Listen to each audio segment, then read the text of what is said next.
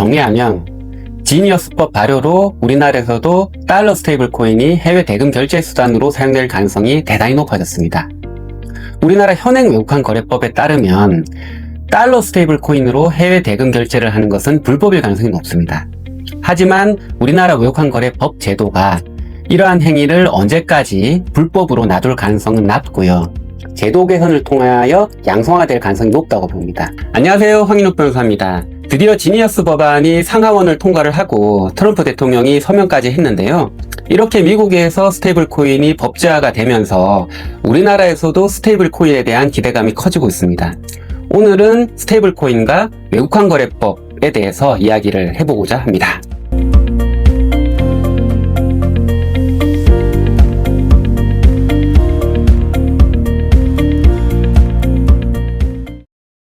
스테이블 코인은 말 그대로 가치가 스테이블한 코인이죠.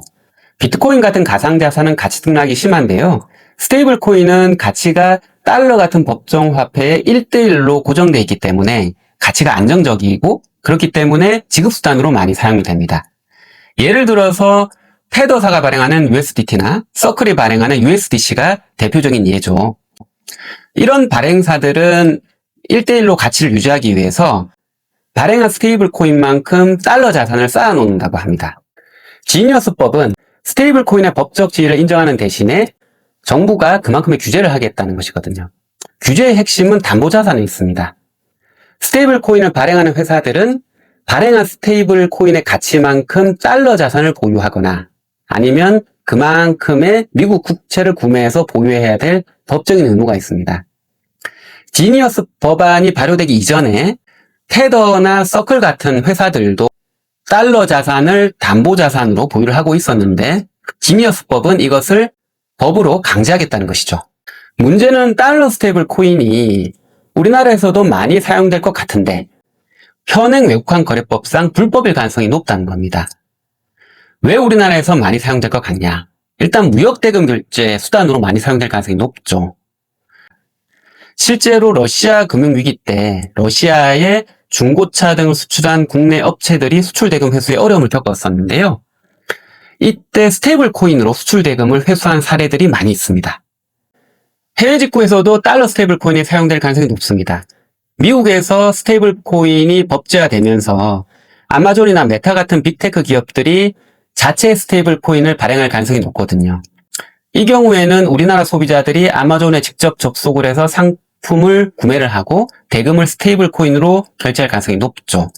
아마존 입장에서도 비싼 결제 수수료가 발생하는 신용카드 대신에 아마존이 발행한 자체 스테이블 코인을 사용하면 물건 가격을 일정 비율 할인해 준다든가 하는 방식으로 인센티브를 제공해서 아마존 스테이블 코인의 사용을 유도할 가능성이 높습니다. 그런데 우리나라 외국환 거래법상 외국환 은행을 통하지 않고 해외에서 대금을 결제하는 경우에는 반드시 한국은행에 사전 신고를 해야 되는 규제가 있거든요. 스테이블 코인으로 해외 대금 결제하는 경우가 대표적으로 외국환 은행을 통하지 않은 대금 결제로 볼 수 있습니다. 그러면은 한국은행에 사전 신고하면 되는 거 아니냐 이렇게 생각하실 분들도 있을 텐데요. 한국은행에 사전 신고를 해도 한국은행에서 안 받아줍니다.